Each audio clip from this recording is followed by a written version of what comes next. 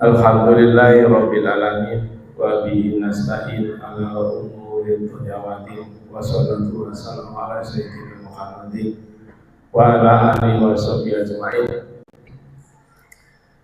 Segala puja dan puji syukur kita panjatkan kepada Allah Subhanahu wa taala atas nikmat yang diberikan kepada kita semua, wabil khusus nikmat iman, nikmat Islam, nikmat sehat, dan terutama nikmat yang kita rasakan saat ini, kita bisa bertemu dengan bulan Ramadan tahun 1446 Hijriah. Sudah enggak kita mengoptimalkan Ramadan ini?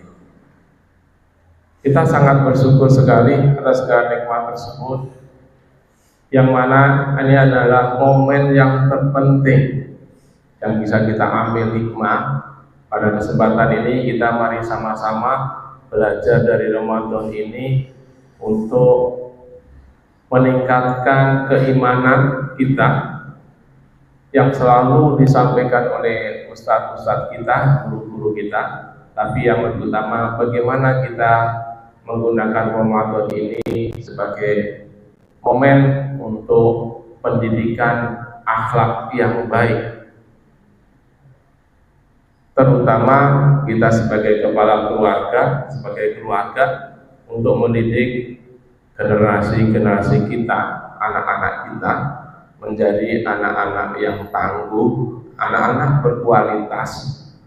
Di zaman saat ini, peran pendidikan ini sangat penting sekali. Sudah tergeser dengan peran teknologi, maka apabila kita tidak bisa menggunakan momen ini sebaik-baiknya, maka kita akan merugi ke depan. Anak-anak kita sudah sangat akrab dengan perkembangan teknologi. Bahkan kita sebagai orang tua tertinggal jauh dari pendidikan itu. Maka mari kita jadikan momentum Ramadan ini momentum yang sangat-sangat berguna sekali dalam rangka pendidikan bagi diri kita, bagi keluarga kita, bagi anak-anak kita. Kenapa Ramadan ini merupakan momen terpenting dalam pendidikan? Karena yang pertama, Ramadan itu mengajarkan kepada kita apa? Melatih kedisiplinan melalui puasa. Ada batasan-batasan yang diatur. Anak kita diajarkan, jadi jangan jadikan puasa ini hanya lewat begitu saja. Tapi khususnya bagi kita yang punya anak-anak kecil, anak-anak di lingkungan kita kenalkan makna puasa itu. Kedisiplinan apa yang harus dibentuk? Melalui puasa ini kita kenalkan pentingnya kedisiplinan itu. Yang kedua, jadi Ramadan ini kita jadikan untuk momentum mendekatkan diri kita dengan Al-Quran. Masjid kita sudah memfasilitasi. Kita luangkan waktu kita menunggu syuruk, apalagi kita tahu pahala syuruk itu sangat tinggi, sama dengan ibadah umroh, maka kita gunakan momen tersebut untuk interaksi kita dengan Al-Quran. Malam harinya kita gunakan tadarusan bersama-sama untuk belajar bersama. Masjid sudah memfasilitasi fasilitas tersebut untuk kita belajar bersama, mulai dari nol. Bukan kecepatan yang diutamakan, tapi bagaimana kita meningkatkan kualitas bacaan kita dengan baik. Yang ketiga, mari kita jadikan Ramadan itu pendidikan bagi anak-anak kita maupun diri kita untuk membangun kepedulian sosial. Syukur alhamdulillah lingkungan kita sudah mengajarkan kepada kita. Masjid kita sudah mengajarkan kepada kita untuk berbagi. Jadi yang diberikan Bapak dan Ibu, saudara, setiap sore kita bisa melihat banyak saudara-saudara kita musafir yang sangat membutuhkan singgah di masjid kita. Itu salah satu bentuk menumbuhkan kepekaan sosial. Dengan bersedekah, dengan berzakat nanti di akhir Ramadan ini, kita bangun kepekaan, kepedulian sosial.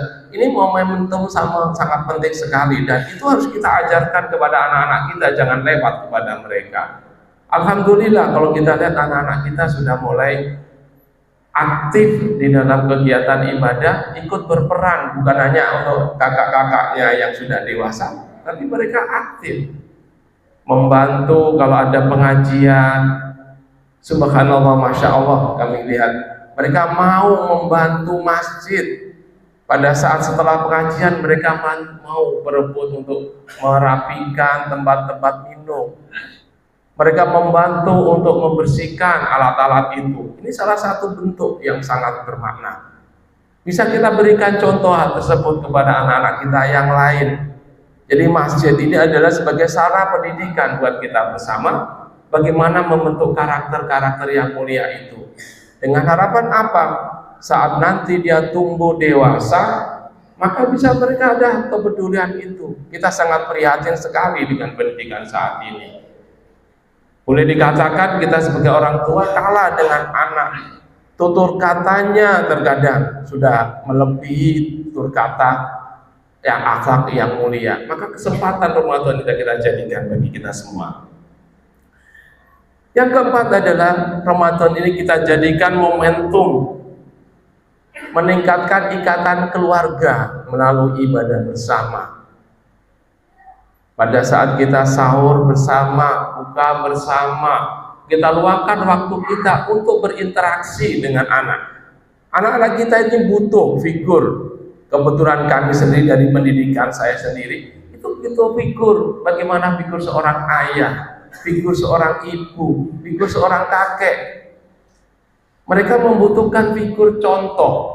Maka ini perlu kita amalkan dalam kehidupan sehari-hari, memberikan contoh kepada keluarga, kepada anak kita dengan contoh-contoh yang bisa dilihat langsung. Bagaimana Ramadan ini kita jadikan untuk pendidikan di dalam keluarga? Maka sama-sama kita jadikan Ramadan sebagai momentum untuk memperkuat rutinitas kita, rutinitas ibadah. Manfaatkan Ramadan yang sudah kita jalani sepertiga bulan, sekarang masuk malam ke-7. Kita manfaatkan rutinitas kita, sholat berjamaah, mengaji bersama, tadarus bersama. Ini kesempatan, momentum ini jarang kita jumpai. Kami senang sekali melihat anak-anak kami itu datang ke masjid pada saat melihat bapak dan ibu sedang tadarus. Mereka juga duduk tenang, mereka mengaji. Ada suatu kebanggaan dari masjid ini bisa mengantarkan mereka menjadi generasi-generasi yang seperti itu. Yang kedua, kita harapkan jadikan Ramadan ini sebagai kunci tauladan yang baik. Berikan contoh yang terbaik. Kita sebagai orang tua, kita sebagai orang dewasa untuk mendidik anak-anak kita. Memberikan contoh bagaimana bukan emosi yang kita kembangkan, tapi bagaimana pendekatan kita kepada mereka. Menegur dengan lemah lembut, berbicara dengan sopan, kita arahkan mereka dengan benar. Itu adalah salah satu bentuk bagaimana kita menanamkan ikatan-ikatan itu. Yang terakhir adalah marilah kita libatkan anak-anak dalam aktivitas Ramadan sekecil apapun. Di rumah kita libatkan anak-anak kita untuk interaksi, membantu orang tua, misalkan menyiapkan makanan, menyiapkan minuman. Mereka kalau di masjid sudah membantu bapak-bapaknya, yaitu apa? Mereka menyiapkan untuk mengantarkan minuman kepada ustaz, kepada bapak-bapak jamaah. Maka ini kita jadikan, mari jangan sampai Ramadan ini lewat begitu saja. Jadi kegiatan yang rutinitas tapi tidak bermakna. Mari di Ramadan ini masih ada sisa-sisa waktu, kita gunakan, kita ajak anak-anak kita untuk mendalami, memaknai apa itu Ramadan. Dengan puasa kita jelaskan bagaimana kita menahan lapar, dahaga, bagaimana kita memberikan contoh, bagaimana orang lain yang di tempat lain dia tidak bisa makan sehari-hari. Bahkan kami kenalkan juga bagaimana puasa yang hanya 12 jam, ada di negara lain puasanya sampai 20 jam mereka. Nah, ini salah satu memanfaatkan teknologi, bahwa kita puasa kita itu masih sedikit 12 jam.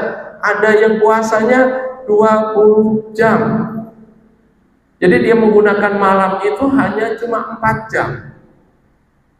Nah ini penting sekali, teknologi sekarang sangat canggih, bisa kita buka melalui handphone kita ajak mereka melihat, sama-sama kita gunakan. Jadi jangan jadikan teknologi ini suatu momok yang menakutkan buat kita, tapi bagaimana kita berinteraksi dengan teknologi, tapi teknologi itu bisa memberikan pembelajaran yang bermakna bagi kita orang dewasa, juga untuk anak-anak kita. Mudah-mudahan apa yang kita sampaikan pada pagi hari ini bermanfaat buat kita untuk mengisi sisa-sisa Ramadan ini. Kurang lebihnya mohon maaf. Bila taufiq wal hidayah. Wassalamualaikum warahmatullahi wabarakatuh. Terima kasih.